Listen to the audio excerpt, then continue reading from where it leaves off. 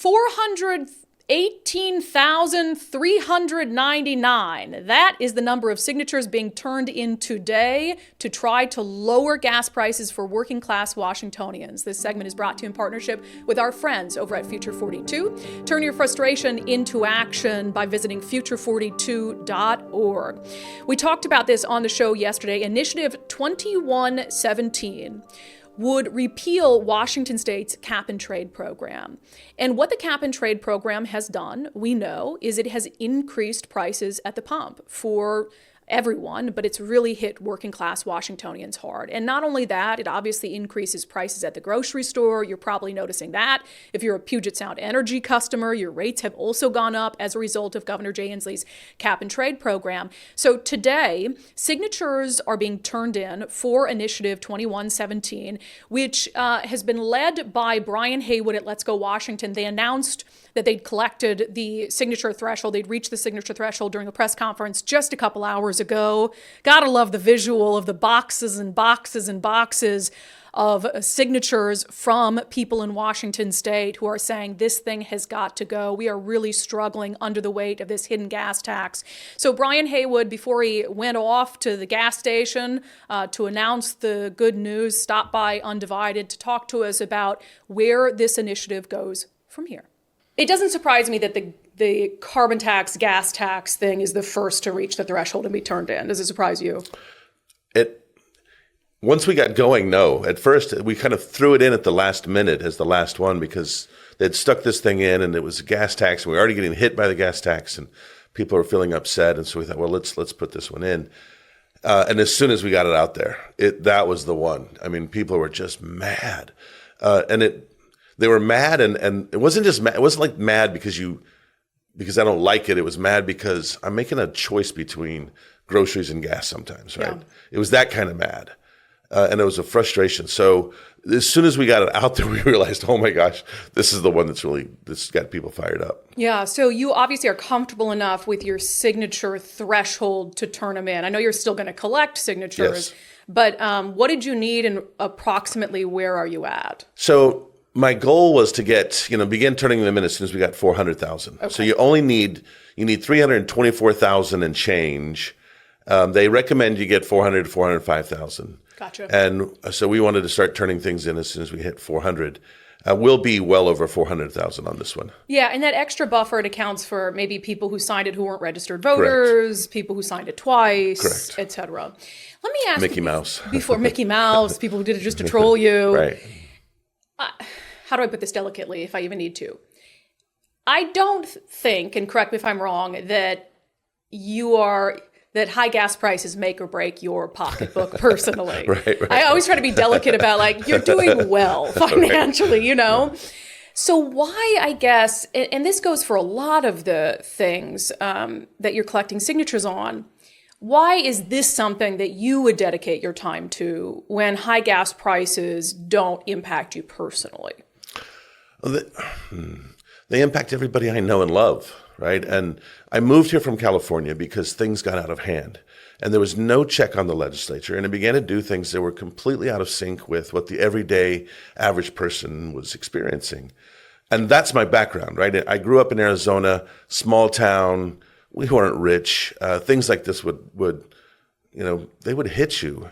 And this particular tax, it doesn't just hit you in the gas tank. I mean, I call it a triple tax. It's a triple hidden tax right now that we know of. It's a triple, maybe way more than that. First of all, you see it in the gas prices because they've gone up so high, right? The only reason they've come down a little bit now is because they're doing this extraordinary auction that temporarily lowers the price now, but there's a limit on how much they can auction. So in the future, it's going to go up twice as fast. So they're playing games with us on the gas tax. If you go and buy groceries, every single thing that you have in the grocery store came on a truck that had to pay this hidden gas tax. And so now your eggs and your milk and your cheese prices are all up. And then we had hide the increase in your home heating cost, right? Yeah. With the Puget Sound. And I think that's just almost criminal that they're not putting that on there, but you're getting hit 3 times. So if your budget suddenly goes up $500, $600, $700 a month, maybe that's a little high, but goes up $200 a month for some people. That's a breaker. It is, and I'll say just personally, Mike and I are doing fine financially, right? But for the first time, Mike got back from I won't say which grocery chain it was. Don't need to throw anybody under the bus. And he was like, that was ridiculous. Yeah. And he's like, we need to go to Costco more. And like, so I got like some of the bulk meals and we froze them into meals and stuff. Right. And that's really the first time as a couple that I think we've had that, like, we're spending too much on groceries, we're spending too much on gas. So let's talk about where this goes from here, right? So it's going to have to be certified to make sure you guys have enough signatures, et cetera. To me, there's really two likely scenarios. Either the legislature adopts it or it goes to voters, right? There's one more thing they can do. They can come up with their own version to compete with this and try to put that on the ballot. But either way, so this goes on the ballot. This goes on the ballot in 2024. Now, we would like, obviously, the legislature to say, hey, this is what people want, clearly, let's just adopt it and move on. I think that's very unlikely. Do you share that sentiment? Yes. Okay. So the sell for this for folks when it hits the ballot in 2024 is very easy. Lower gas prices, like stop the hidden gas tax, right? Right. What do you anticipate being the counter to that? Let's get into that mode right now. So they're already saying it, right? Well, the first thing do you hate the environment? And it's sort of this insinuation that I'm stepping on baby kittens and that kind of thing, right? That'll be the pitch. Oh, the environment, we're gonna lose. It's the Al Gore sort of pitch. Yeah. The problem with it for them to make that with a straight face, and I don't know how they do it with a straight face, is that this thing is just a big money grab right now. They were hoping for over 2 years $1 billion. They got $1 billion in 1 year. So now they've got this huge amount of money. And if you look at what they've done already, they're allocating the money to friends and possible supporters to study how to spend all the money. I can't imagine that if it's your own money, you don't give a bunch of money just to figure out how to spend other people's money. Yeah. It's irresponsible. And I'll just interrupt you and say, if you need to study how to spend the money, you don't need the money in the first place. Exactly. Yeah. Thank you. Amen. Oh, it's insane. Do you anticipate personal attacks? I'm already getting them. Such as? Lawyers for SEIU and WEA and those groups are filing frivolous PDC complaints. And they're clearly trying to weaponize the PDC to stop this. Yeah. So there's that, but then there's the stuff that I'm sure you get a lot more of this than I do. But when people send me personal emails on the Let's Go Washington site to tell me to kill myself or call me the C word or whatever, I kind of go, what are you doing? Why is that going to stop me? I don't know. But it's coming in, and I can see it's going to hit. So I think I'll probably get some personal vitriol, and I'll get some organized labor coming after me, but.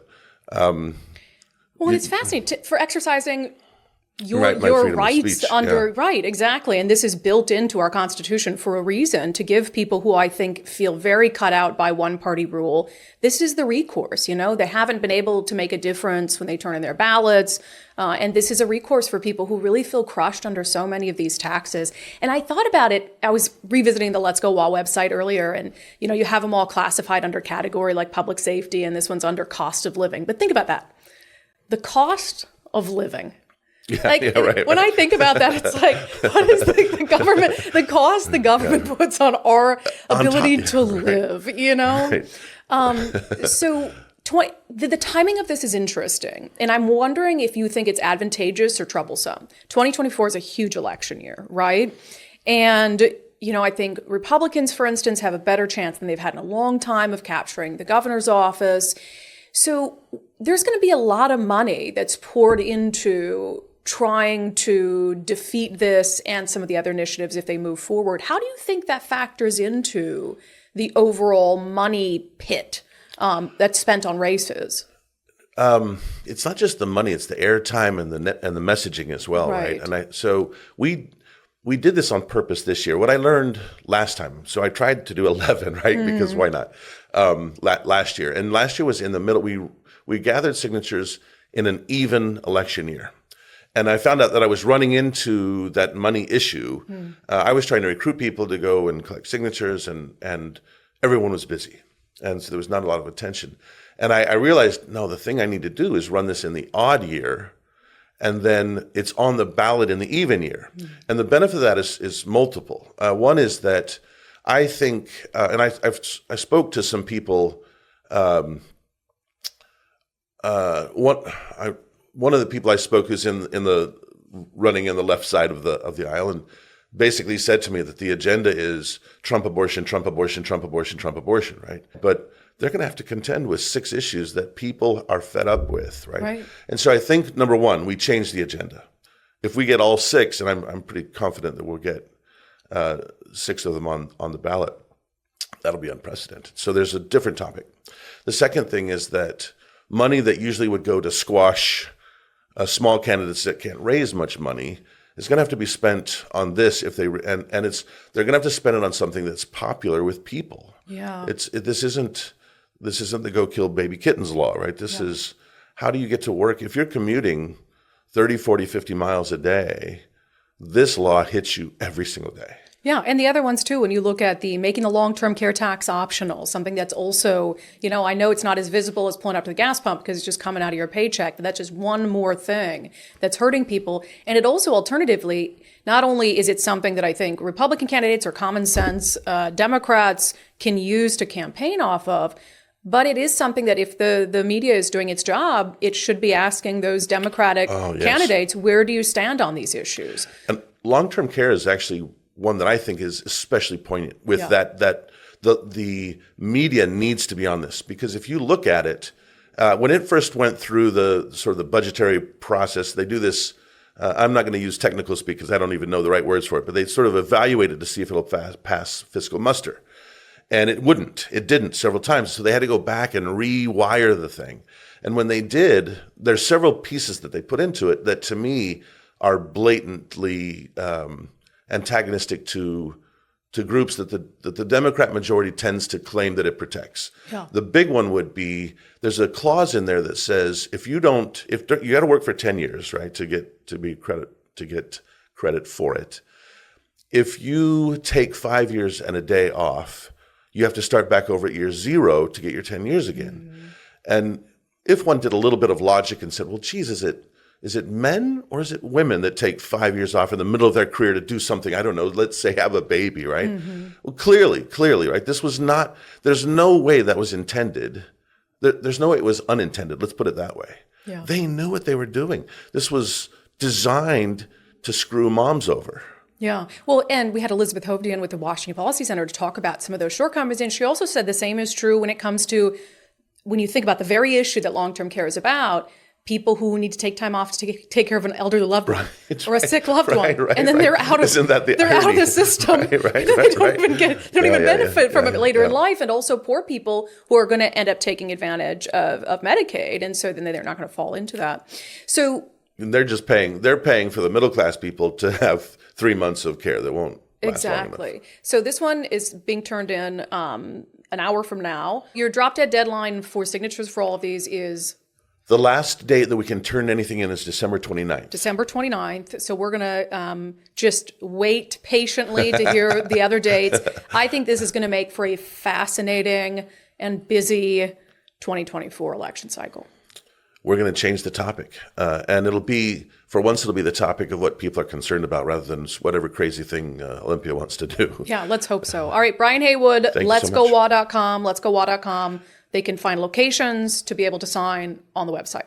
And I would pitch a couple of things. Number one is they're going to try to make these as partisan, but they're not. So take them home for Thanksgiving. You can actually talk about these for Thanksgiving. Talk them over. Everybody in the family can sign them. Number two is even though we're turning these in, this first batch in, we're not done. And so I'd encourage people keep getting signatures and turn them in. That's a big thing. Is we found last year. In January, I would get a box of signatures turned in. I'm like, that's too late. It's too late. So turn them in now. Even if the whole thing's not filled out, turn them in now. Reach out to us. We'll arrange a way to pick them up, get them turned in, and then get another packet in and get the rest of your friends. Great. All right, Brian Heywood, great work. Thanks for doing this on behalf of people who maybe don't have the time or resources to be able to do a huge scale operation like that. I think it's going to mean a lot for working class Washingtonians to be able to have a meaningful choice on these issues. Thank you, Brandi. Appreciate all you're doing. Yeah, so again, thank you to Brian Heywood for making time to come in. A big day, certainly for him, for Let's Go Washington, and for people in Washington state who want a choice. This is really what this is about. There's a reason why the initiative and the referendum processes are there for us. It's so that if you have policies that have been passed by lawmakers that you don't like, that are negatively impacting you, there's a recourse for you. That segment was brought to you in partnership with our friends over at Future 42. Turn your frustration into action at future42.org.